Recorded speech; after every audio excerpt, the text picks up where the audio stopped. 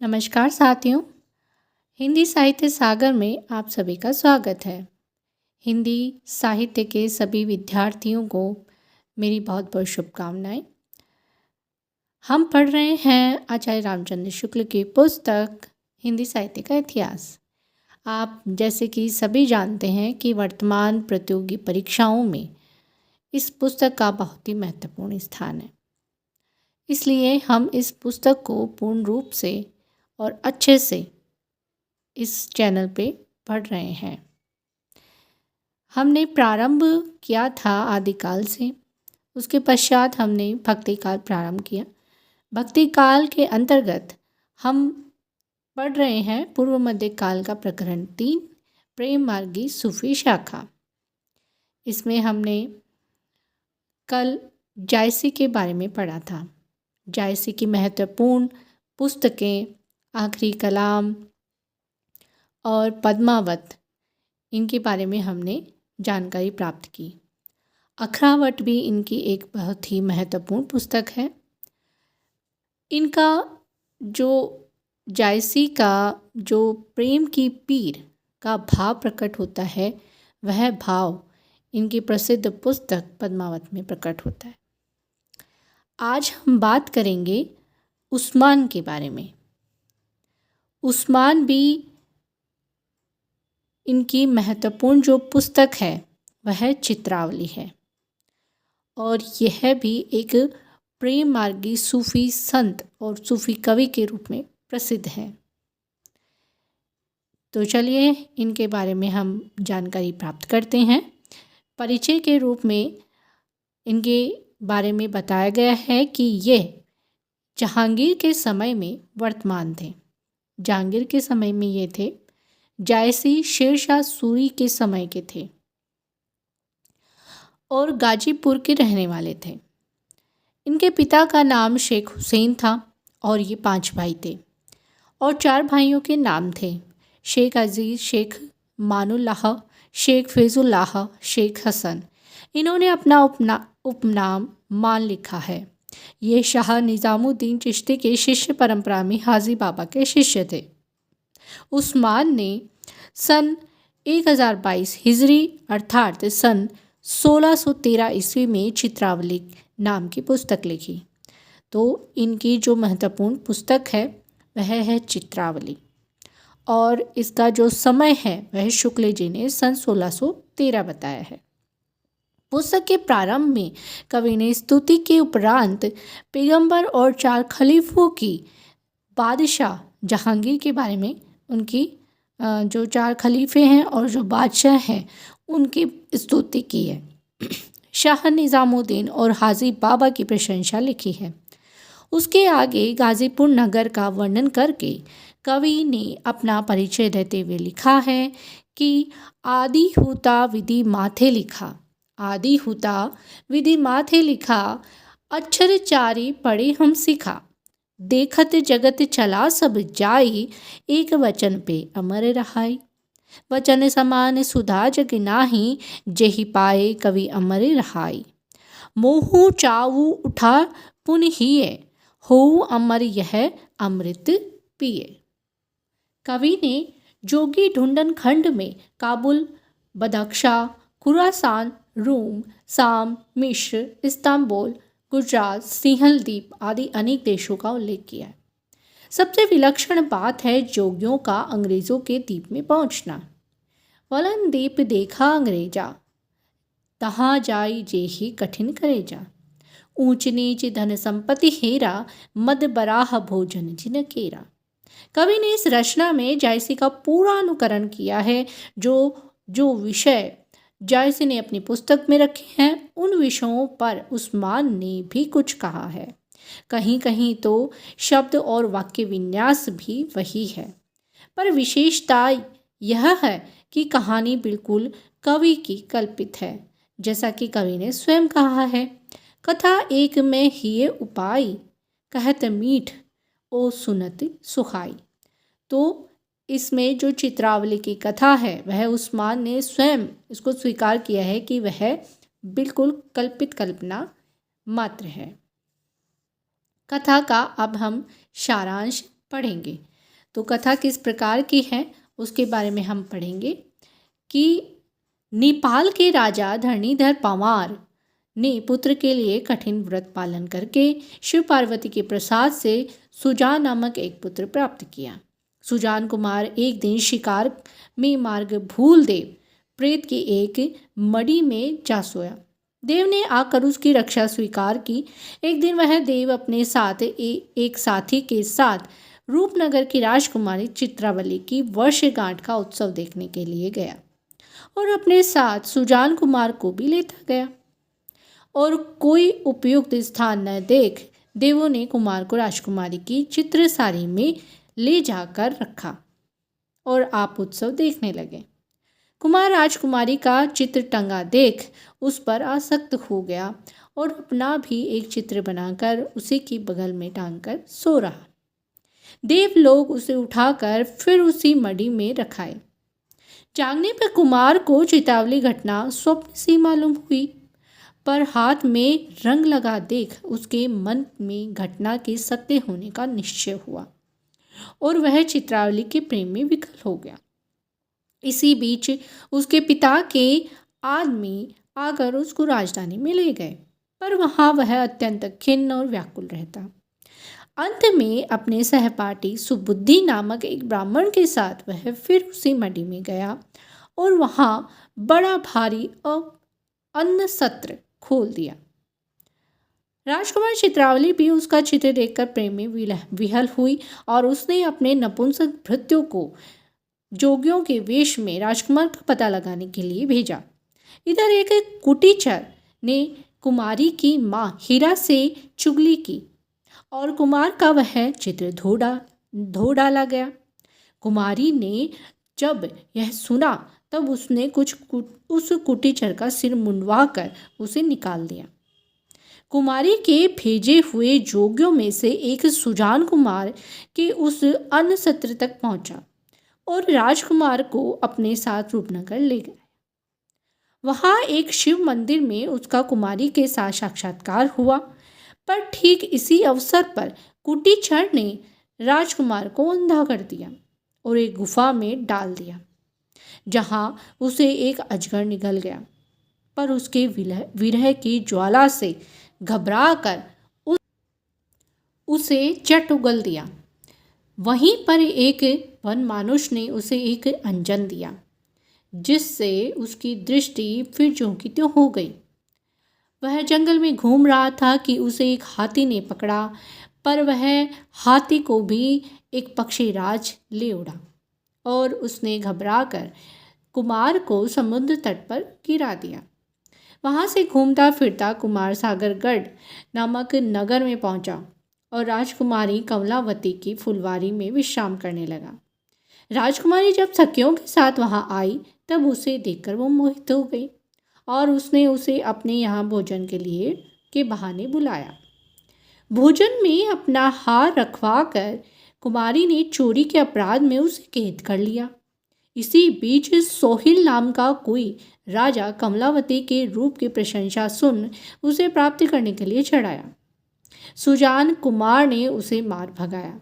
अंत में सुजान ने कमलावती से और चित्रावली के न मिलने तक समागम न करने की प्रतिज्ञा करके विवाह कर लिया। कमलावती को लेकर कुमार गिरनार की यात्रा के लिए गया। इधर चित्रावली के भेजे एक जोगी दूत ने गिरनार में उसे पहचाना और चट चित्रावली को जाकर संवाद दिया। चित्रावली का पत्र लेकर वह दूत फिर लौटा और सागरगढ़ में धुई लगाकर बैठा। कुमार सुजान उस जोगी की सिद्धि सुन उसके पास गया और उसे जानकर उसके साथ रूपनगर गया। इसी बीच वहाँ पर सागरगढ़ के एक कथक ने चित्रावली के पिता की सभा में जाकर सोहिल राजा के युद्ध के गीत सुनाए, जिन्हें सुन राजा को चित्रावली के विवाह की चिंता हुई। राजा ने 4 चित्रकारों को भिन्न भिन्न देशों के राजकुमारों के चित्र लाने के लिए भेजा। इधर चित्रावली का भेजा हुआ वह जोगी दूत सुजान कुमार को एक जगह बैठाकर उसके आने का समाचार कुमारी को देने आ रहा था। एक दासी ने यह समाचार द्वेषवश रानी से कह दिया और वह दूत मार्ग में ही कैद कर लिया गया।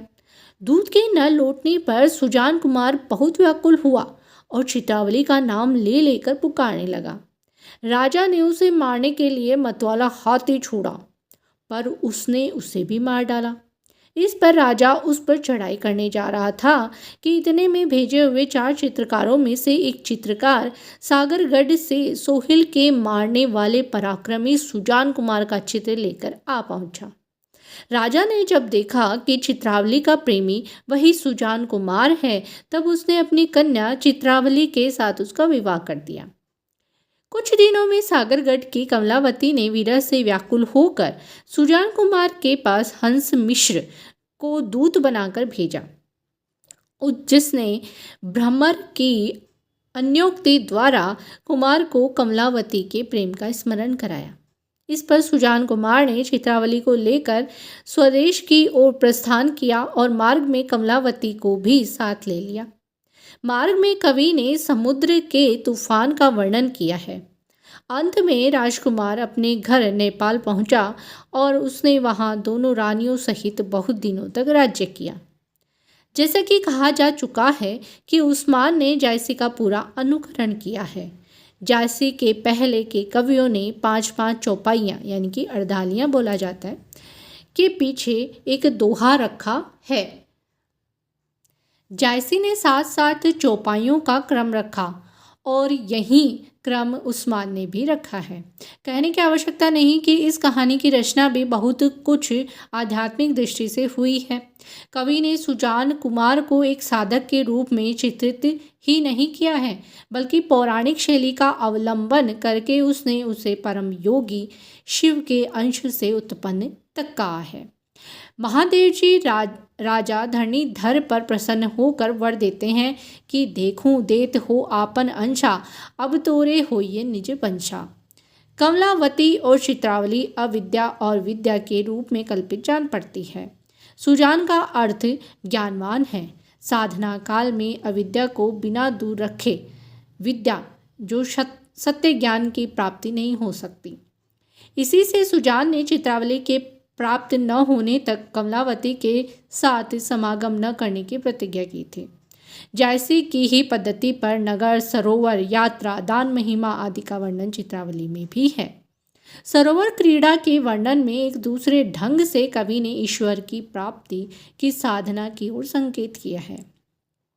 चित्रावली सरोवर के गहरे जल में यह कहकर छिप जाती है कि मुझे जो ढूंढ ले उसकी जीत समझ जाएगी। सखियाँ ढूंढती हैं और नहीं पाती हैं। सरवर ढूंढी सबे पची रही, चित्रनी खोज न पावा कही। निकसी तीर भई बैरागी, धरे ध्यान सब बिनबे लागी। गुप्त तो ही पावही का जानी, परगट मह जो रहे छिपानी।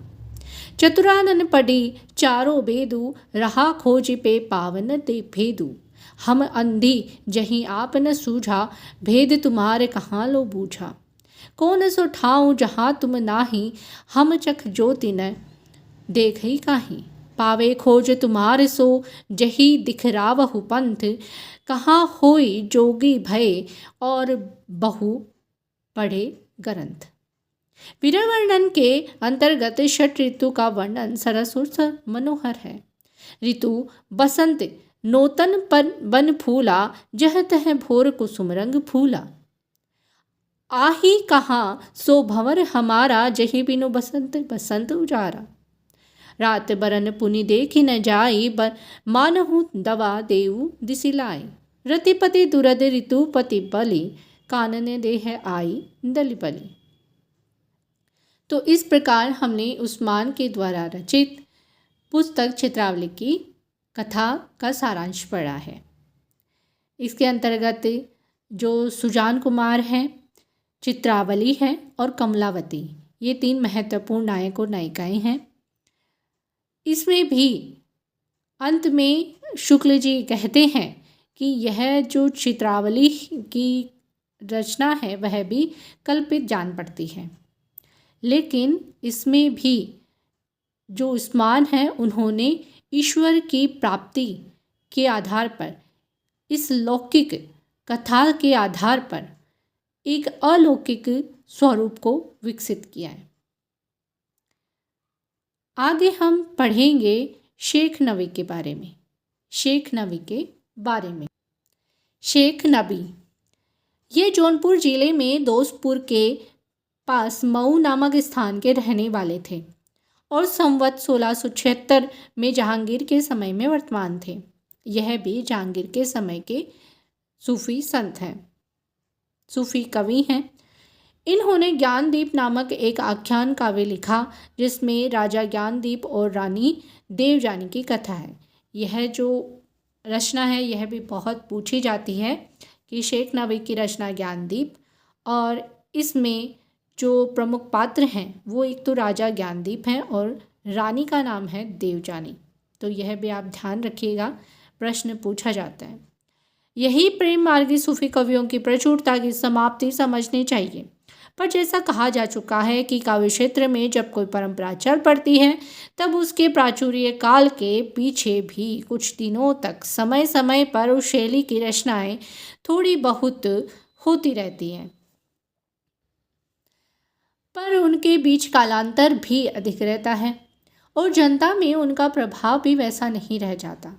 अतः शेख नबी से प्रेम गाथा परंपरा समाप्ति समझनी चाहिए। तो इस प्रेम मार्गी सूफी शाखा के जो अंतिम कवि है वह शेख नबी को माना गया है। आचार्य शुक्ल जो ज्ञानदीप रचना है और जो शेख नबी जो कवि हैं उनको इस प्रेम मार्गी सूफी परंपरा के अंतिम कवि इनको मानते हैं। ज्ञानदीप के उपरांत सूफियों की पद्धति पर जो कहानियाँ लिखी गई उनका संक्षिप्त उल्लेख नीचे दिया गया है, नीचे किया जाता है। तो आगे हम जो पढ़ेंगे वह है कासिम शाह। कासिम शाह ने दरियाबाद बाराबंकी के रहने वाले थे और संवत 1788 के लगभग वर्तमान थे। इन्होंने हंस जवाहिर नाम की कहानी लिखी जिसमें राजा हंस और रानी जवाहिर की कथा है। तो कासिम शाह के भी बारे में इतना परिचय दिया जाता है कि ये हंस जवाहिर इनके द्वारा रचित रचना है। फारसी अक्षरों में छपी इस पुस्तक की एक प्रति हमारे पास है। उसमें कवि ने शाही वक्त का इस प्रकार उल्लेख किया है।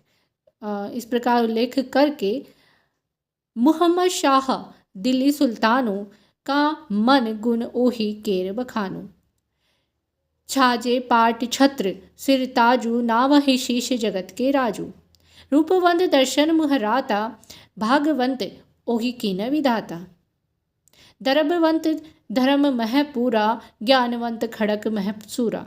अपना परिचय इन शब्दों में दिया है कि दरियाबाद मांझ मह ठाऊ अमालुल्ला पिता कर नाव, तहवा मोही जन्म बिधि दीना कासिम नाव जाति कर हीना, तेहु बीच विधि कीन कमीना ऊंच उच्च सभा बैठे चित दीना, ऊंचे संग ऊंच मन भावा तब भा ऊंच ज्ञान बुद्धि पावा, ऊंचा पंथ प्रेम का होई तेहि मह ऊंच भय सब कोई।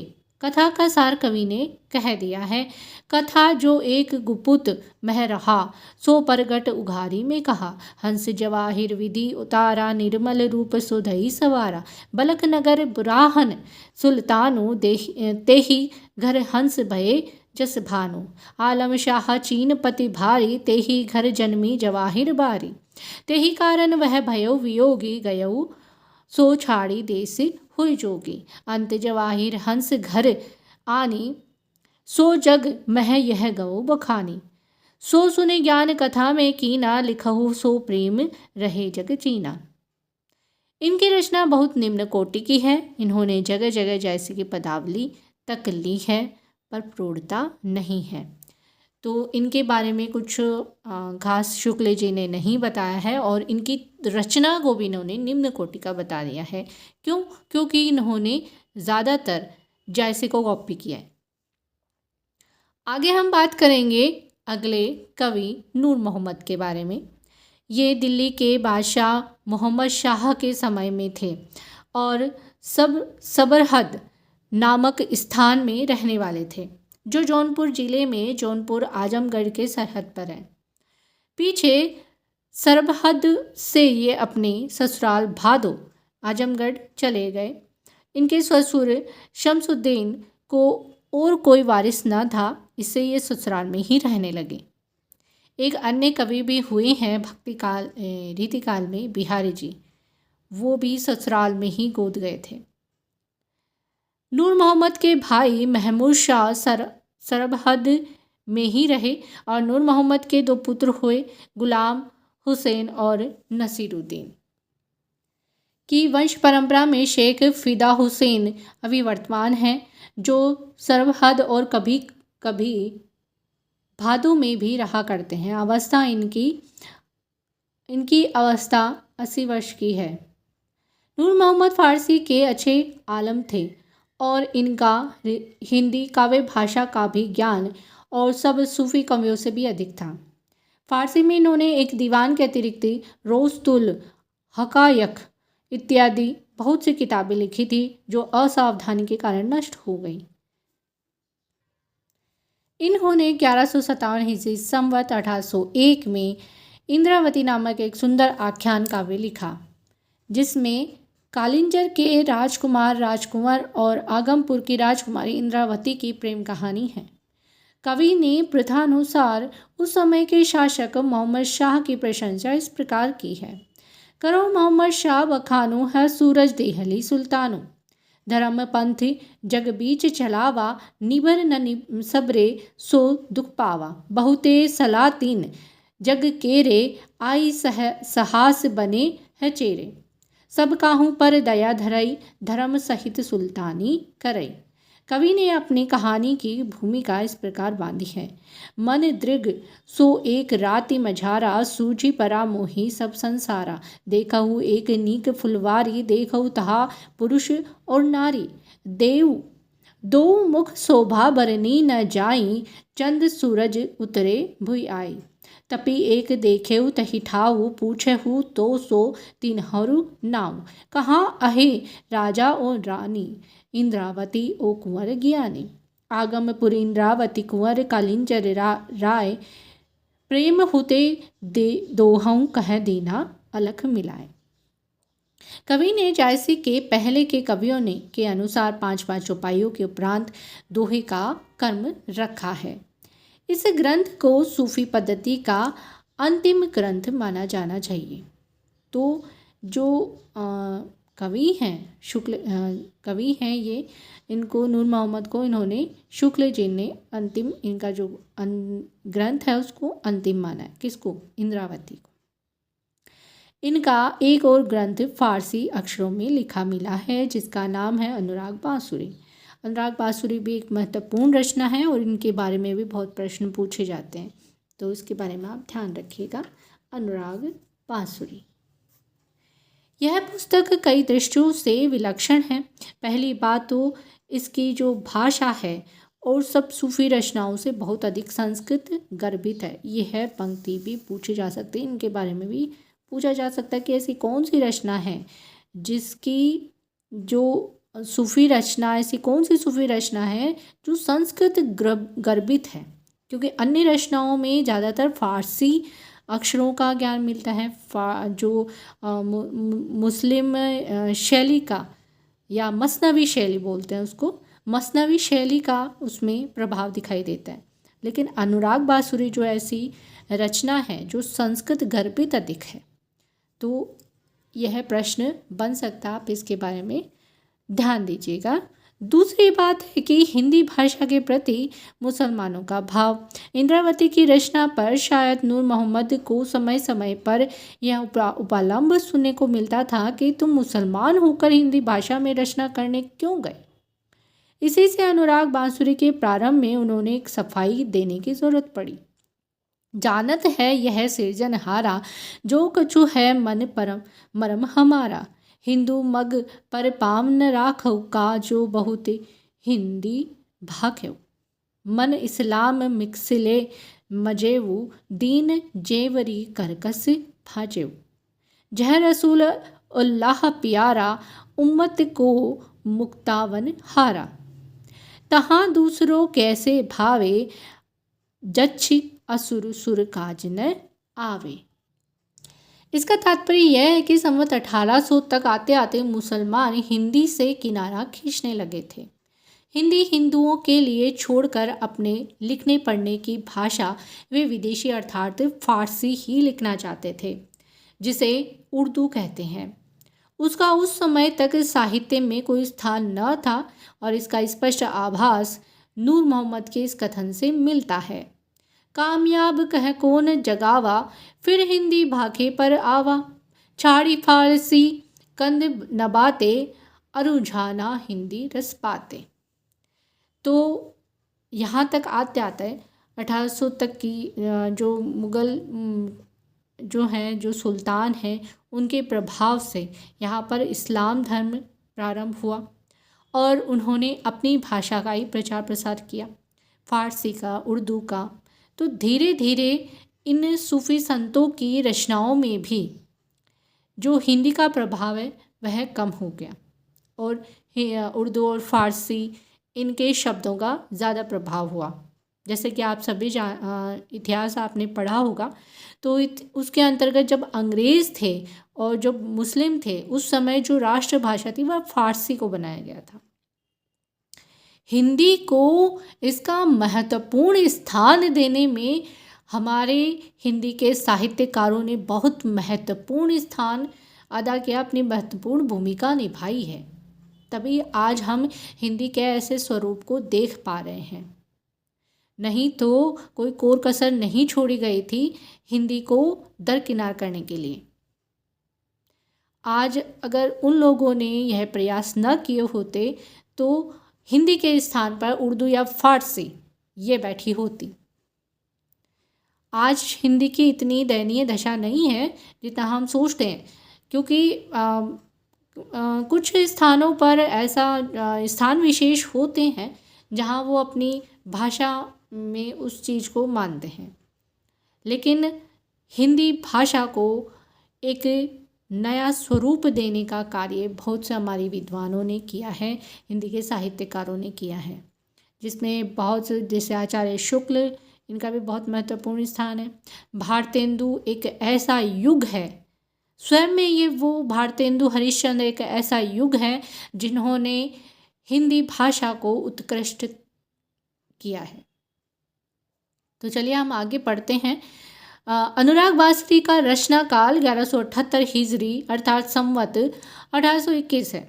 कवि ने इसकी रचना अधिक पांडित्यपूर्ण रखने का प्रयत्न किया है और विषय भी इसका तत्वज्ञान संबंधी है। शरीर, जीवात्मा और मनोवृत्तियों आदि को लेकर पूरा अध्यवसित रूपक खड़ा करके कहानी बांधी है और सब सूफी कवियों की कहानियों के बीच बीच में दूसरा पक्ष भी व्यंजित होता है, पर यह सारी कहानी और सारे पात्र ही रूपक हैं। एक विशेषता और है, चौपाइयों के बीच बीच में इन्होंने दोहे न रखकर बैरवे रखे हैं। तो यह जो पंक्तियाँ हैं ये भी महत्वपूर्ण है। पूछी जा सकती है कि ऐसी कौन सी रचना है जिसमें चौपाइयों के बीच में बैरवे छंद रखे गए हैं। तो अनुराग बांसुरी यह ऐसी रचना है नूर मोहम्मद की जिसमें चौपाइयों में दोहे के स्थान पे बैरवे रखे गए हैं। ये प्रश्न पूछा भी गया है और आगे भी पूछा जा सकता है, तो इसके बारे में आप थोड़ा ध्यान रखें। प्रयोग भी ऐसे ऐसे संस्कृत शब्दों के हैं जो सूफी कवियों में नहीं आए हैं। काव्य भाषा के अधिक निकट होने के कारण भाषा में कहीं कहीं ब्रज भाषा के शब्द और प्रयोग भी पाए जाते हैं। तो ब्रज भाषा के शब्दों का भी इसमें प्रयोग है। रचना का थोड़ा सा नमूना नीचे दिया जाता है, इससे स्पष्ट हो जाएगा कि इसमें ब्रज भाषा के कुछ शब्दों का भी प्रयोग किया गया है। नगर एक मूर्तिपुर नाऊ, राजा जीव रहे तेहि ठाऊ। का बरनो वह नगर सुहावन, नगर सुहावन सब मन भावन। इह शरीर सुहावन मूर्तिपुर, इह जीव राजा जीव जाहु न दूर। तनुज एक राजा के रहा, अंतःकरण नाम सब कहा। सौम्यशील सुकुमार सयाना, सो सावित्री स्वांत समाना। सरल सरनी जो सो पग धरे, नगर लोग सुधे पग परे। बक्र पंथ जो राखे पाऊ, वहे अध सब होई बटाओ। रहे संघाती ताके पतन ठाव, एक संकल्प विकल्प सो दूसर नाव। बुद्धि चीत दुई सखा सरेखे, जगत बीच गुण अवगुण देखे। अंतःकरण पास नित पा आवे, दर्शन देखी महासुख पावे। अहंकार तेहि तीसर सखा निरंतर, रहे उचार के अंतर ने सुख अत्र। अंतःकरण सदन एक रानी, महामोहिनी नाम सयानी। बरनी न पारो सुंदरताई, सकल सुंदरी देखी ल जाए। सर्व मंगला देखी असी से, चाहे लोचन मध्य बई से। कंतुल झारत फंदा डारे, चख चितवन सो चपला मारे। अपने मंजू रूप वह दारा, रूप गर्विता जग मंझारा। प्रीतम प्रेम पाई वह नारी, प्रेम गर्विता भई प्यारी। सदा न रूप रहत है अंत न साई, प्रेम रूप के ना सही ते घटी जाए। जैसा कि कहा जा चुका है कि नूर मोहम्मद को हिंदी भाषा में कविता करने के कारण जगह जगह इसका सबूत देना पड़ा है कि वे इस्लाम के पक्के अनुयायी थे। अतः वे अपने इस ग्रंथ की प्रशंसा इस ढंग से करते हैं। कैसे करते हैं? यह बांसुरी सुन सो कोई, हृदय स्रोत खुला जो होई। निसरत नाथ बारुनी साथा, सुनी सुधि चेत रहे कही हाथा। सुनते जो यह शब्द मनोहर, होत अचेत कृष्ण मुरलीधर। यह महमूदी जन की बोली, जामे कंद न बाते घोली। बहुत देवता को चित हेरे, बहुमूर्ति औधी हुई परे। बहुत देव हरा डाही गिरावे, शंखनाद की रीति मिटावे। जह इस्लामी मुख सो निसरी बात, तहाँ सकल सुख मंगल कष्ट न साथ। तो उस समय नूर मोहम्मद जी ने जब हिंदी भाषा, ब्रज भाषा का अपनी रचना में प्रयोग किया, तो उनके जो इस्लामी भाई मान लीजिए या आसपास के जगह जगह पे उनको इस बारे में यह सबूत देना पड़ा कि नहीं, मैं हिंदू रचना या हिंदी भाषा में रचना करने से मैं कोई हिंदू धर्म का नहीं हो गया, बल्कि मैं पक्का इस्लामिक ही हूँ। तो इनके रचनाओं में भी यह भाव दिखाई पड़ता है। सूफी आख्यान काव्यों की अखंडित परंपरा की यही समाप्ति मानी जा सकती है। इस परंपरा में मुसलमान कवि ही हुए हैं, केवल एक हिंदू मिला है। तो सूफी परंपरा में ज़्यादातर जो कवि हुए वह इस्लामिक ही हुए, और ढूंढने पर कोई एक आधा कवि हिंदू मिला है। सूफी मत के अनुयायी सूरदास नामक एक पंजाबी हिंदू ने शाहजहां के समय में नल दमयंती कथा नाम की एक कहानी लिखी थी, पर इसकी रचना अत्यंत निकृष्ट है, इतनी अच्छी नहीं मानी जाती है। साहित्य की कोई अखंड परंपरा समाप्त होने पर भी कुछ दिन तक उस परंपरा की कुछ रचनाएं इधर उधर होती रहती हैं, और इस ढंग की पिछले रचनाओं में चतुर्मुर्कुट की कथा और यूसुफ जुलेखा उल्लेख योग्य है। तो अंतिम जैसे उन्होंने रचना बताई थी, उसके पश्चात भी शुक्ल जी कहते हैं कि कोई परंपरा अचानक से समाप्त नहीं होती है, उसके बाद भी कुछ एक रचनाएं प्राप्त हो जाती हैं। तो कुछ रचनाओं का उल्लेख किया है, जैसे कि एक चतुर्मुर्कुट की कथा के बारे में लिखा है और एक यूसुफ जुलेखा, इनके बारे में इन्होंने बताया है। तो इसी प्रकार से हमने सूफी संतों की जो प्रेम मार्गी शाखा है उसका हमने जो प्रकरण 3 था वह आज समाप्त कर लिया है, पूर्ण कर लिया है। आगे हम पढ़ेंगे प्रकरण 4, जिसमें सगुण धारा के राम भक्ति शाखा के कवियों के बारे में परिचित होंगी, उनकी रचनाओं के बारे में हम जानेंगे। इनमें महत्वपूर्ण जो रामानंद जी की शिष्य परंपरा में है, और तुलसीदास जी एक महत्वपूर्ण नाम, एक चमकता हुआ सूर्य, सितारा नहीं कहेंगे उनको, सूर्य है वो। तुलसीदास जी हिंदी साहित्य के इतिहास के सूर्य हैं।